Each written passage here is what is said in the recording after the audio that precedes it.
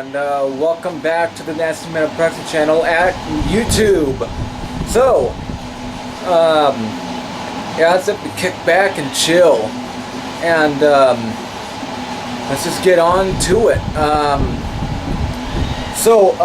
This is of course a currently listening to video, and this is pretty much me what I have been listening to for the past few weeks. So alright, so let's get this over with. This is of course one I have played, Vicious Rumor Soldiers of the Night, which I just showed in 2 of my videos. Yeah, like again, my opinion just doesn't want to change. I find this to be a good album, but the only real down moment is the track Invader, which is just Vinnie Moore shredding on the guitar. Even though I find him to be a much more listenable than Yngwie Malmsteen, because Yngwie Malmsteen can definitely get too carried away when it comes to his, guitar and all that. He just seems to be so comfortable with it, and it just becomes too indulgent. But him, he's not bad, even though I can tell it's Vinnie Moore, since it's got some of the same guitar skills that I can hear on UFO's A Conspiracy of Stars. But it's still a good album, still very good. Definitely one of the better albums on the Shrapnel label. And Shrapnel does have some good albums and some crap albums there, but they're good. Alright, so let's move on, and let's get to the other band, which I'm going to show 2 by them, is Ambush, Firestorm. It's a damn good album. Definitely one of the best newer bands, and especially ones that come out of new wave or traditional heavy metal. I just love this band. Oscar Jacobson is probably going to be one of the... He's such a killer voice. He's actually one of the best singers actually come out of this movement. He just... And plus he fits this type of music anyway. It's definitely more close to that Judas Priest sound, but he doesn't sound like he's ripping off any of them. He's got his own style, and I really dig that.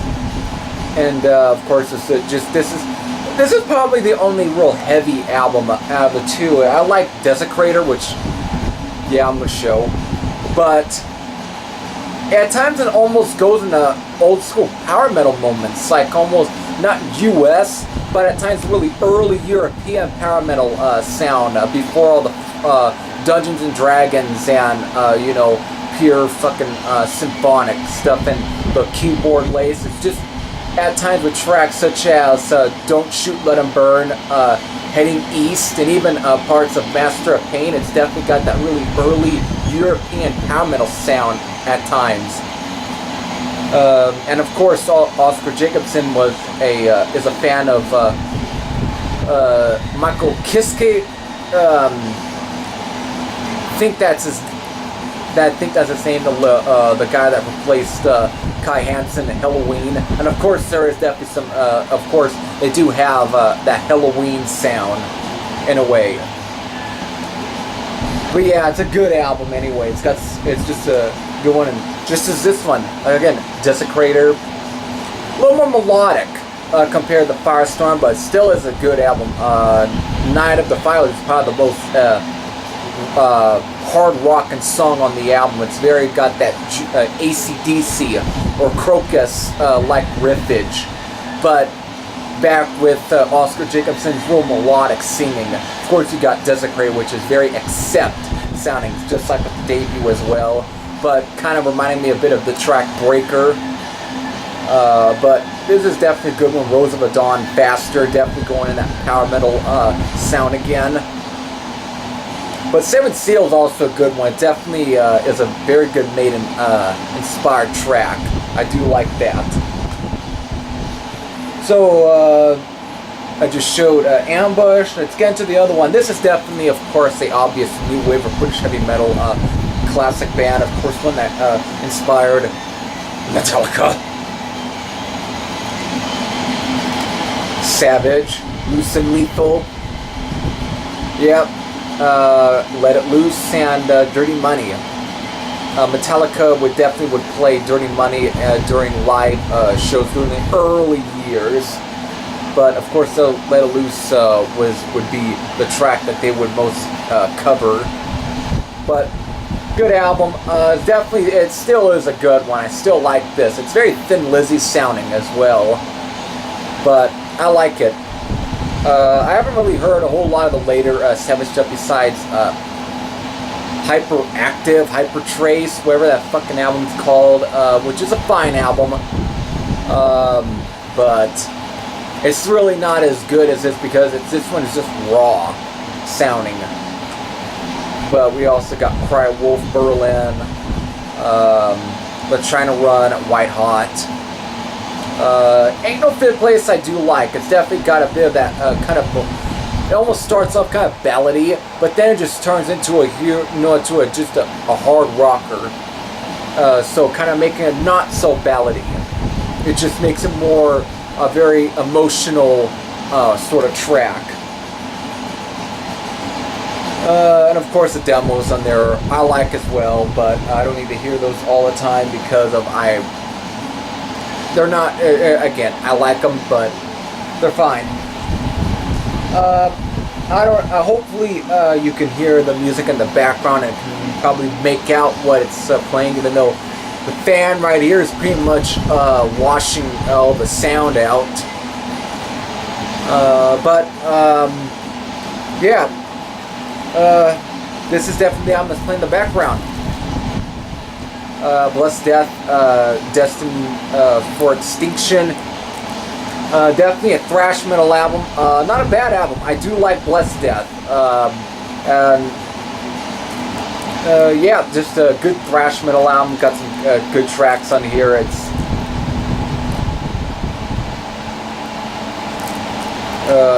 of course, this band is definitely one of the few bands I really didn't go for the Satanism sort of lyrics. It's definitely on here. It's more closer to sci-fi, practically, kind of like Agent Steel almost, but though backed with some Slayer-esque riffing and so forth.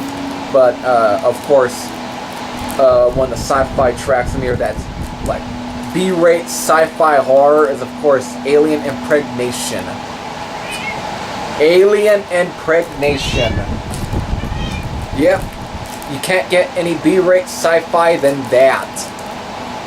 But still, I like the album. I know they had an album out before this one titled Kill or Be Killed, which I have heard, but I'm not planning on picking up the Metal Mind copy because I had downloaded that years ago, and that copy sounds like crap.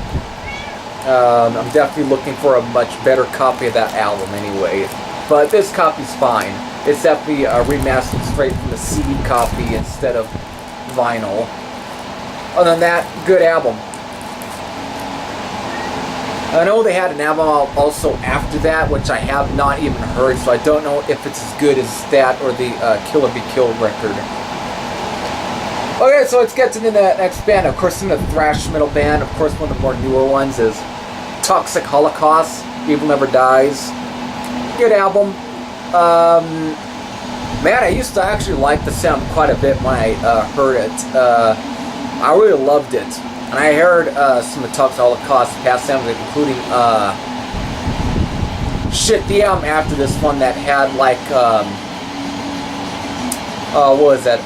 The one with Hell on Earth, I believe is what that album's called, with the replica artwork. But this one's fine. It's definitely a little more close to Sodom and Destruction, and you know, that Teutonic thrash sound in a way. It's got that. But listen to it again, it's kind of wearing off.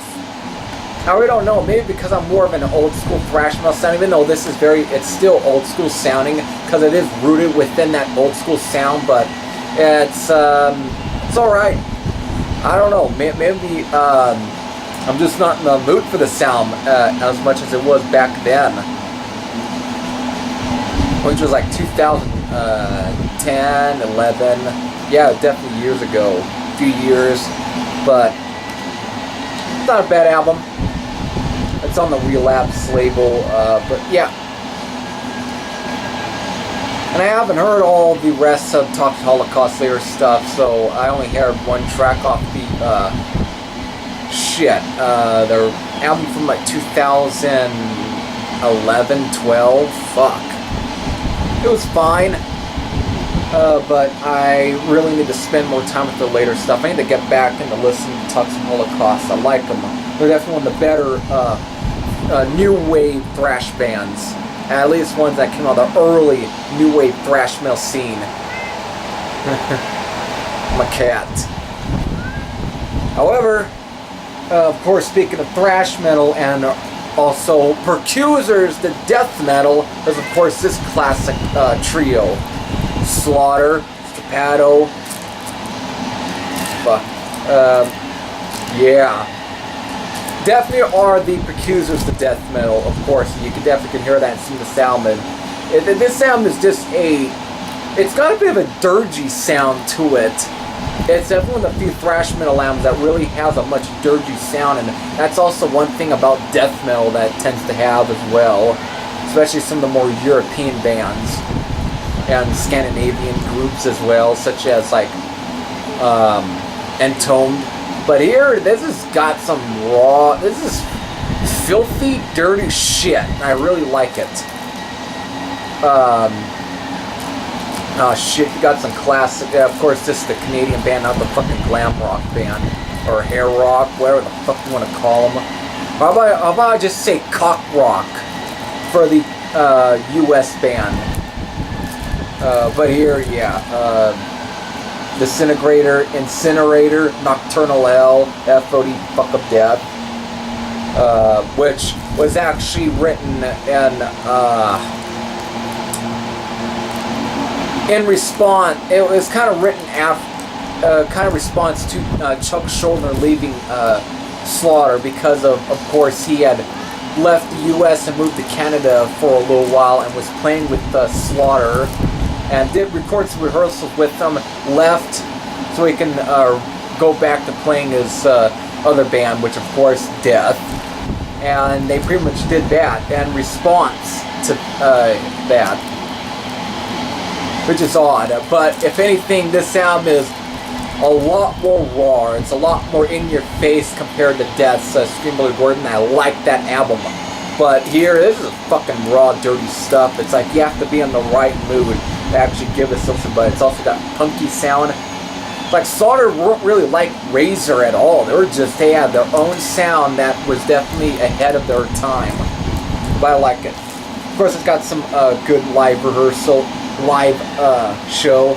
That was recorded in 1985. Good stuff, and of course, there's a hidden tracks, like includes some fucking really goofy stuff. But of course, they end up doing a cover of Slayer's Black Magic, which is just a raw, sloppy version of that song. But I like it. But of course, the bantering between the fucking members is just great. Alright, so let's definitely get on to definitely a classic that I've been getting into.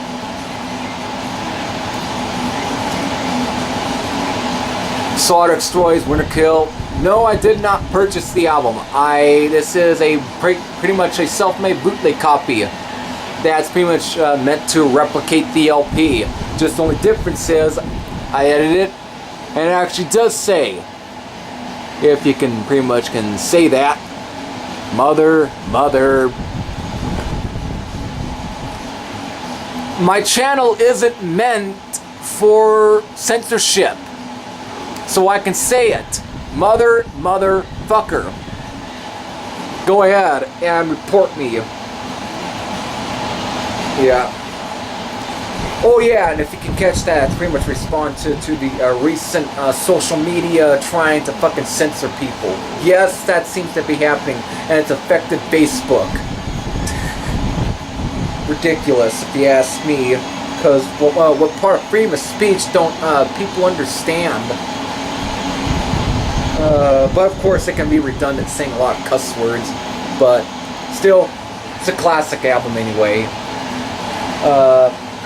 It's just a great album. It definitely can stand up next to some of the classic albums, if you ask me, especially classics such as Melissa, and of course it does have some Merciful Fates stuff to it. So of course another, speaking of Slaughter Destroys, let's get to Free the Beast, the actual legit official copy that I own by Slaughter Destroys. It's a fine album. It's definitely technical when it comes to these Free the Beast tracks. It is technical, but it's also still very progressive. It's but one thing that I noticed that I get some Hellstar vibes from this like Nosferatu and the Distant Thunder era, but also a bit of of course King Diamond, his solo stuff like Abigail. It's definitely got that sort of sound to it. So again, very technical, melodic, but still very the over the top stuff that Slaughter Destroys kind of had on there. It's just more. It's like they definitely were evolving as musicians, but even though I think, if anything, the writing was a lot better on Winter Kill than it is on Free the Beast, but still is a fine album. I still like it. Blood in the Streets and Farther Than Yesterday are pretty much the two of my real personal favorite tracks off the Free the Beast album. But then we get to the demos tracks such as Metal's No Sin and Battle Axe, which were recorded in 1983. Pretty much before the Winter Kill album, and they're good. Definitely, it's, again, for 1983, definitely pretty still good, but the thing is, they definitely hadn't really reached that pinnacle yet with Winter Kill, but still are very good tracks. And we also got Dignified Disaster, which was recorded in 1984, a year before Winter Kill, and good track. And then we get Burning Rock and E Pluribus Unum, which are okay. They're fine, but they're not nearly as great as the other 9 tracks.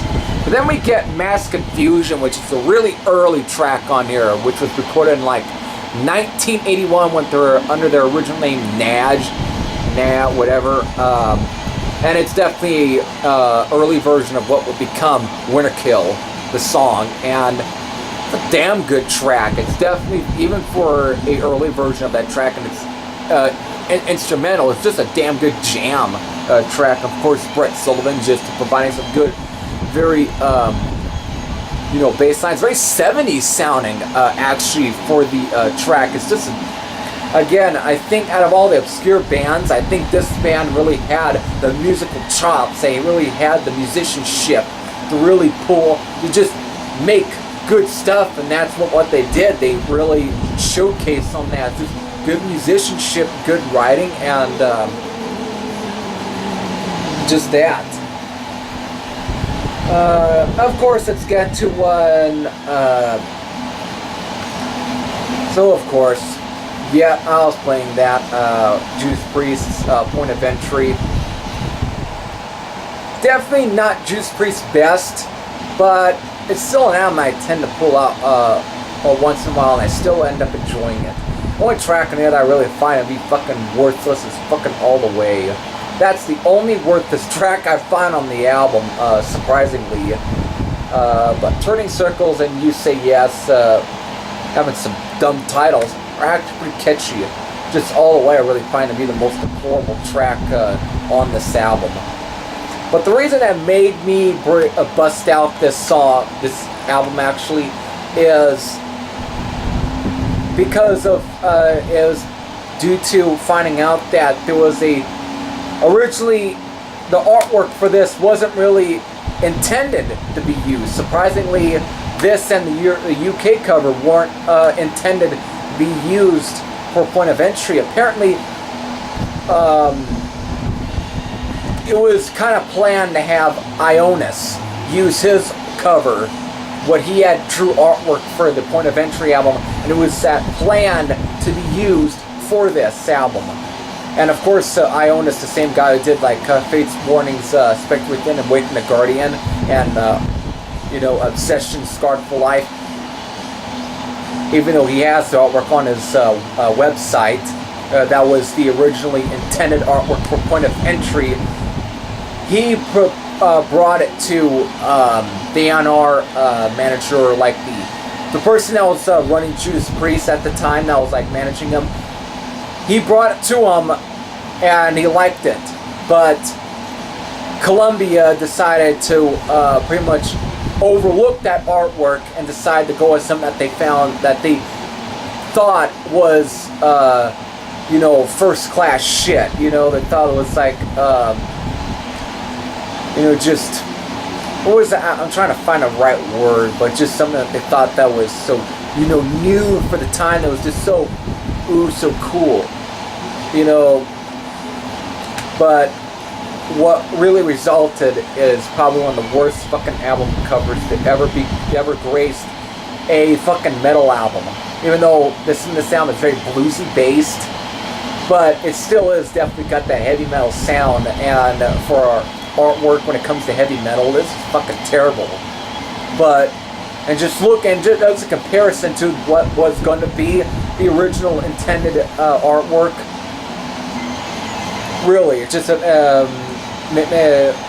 definitely gets you thinking that all the record companies are mostly out for just money, and pretty much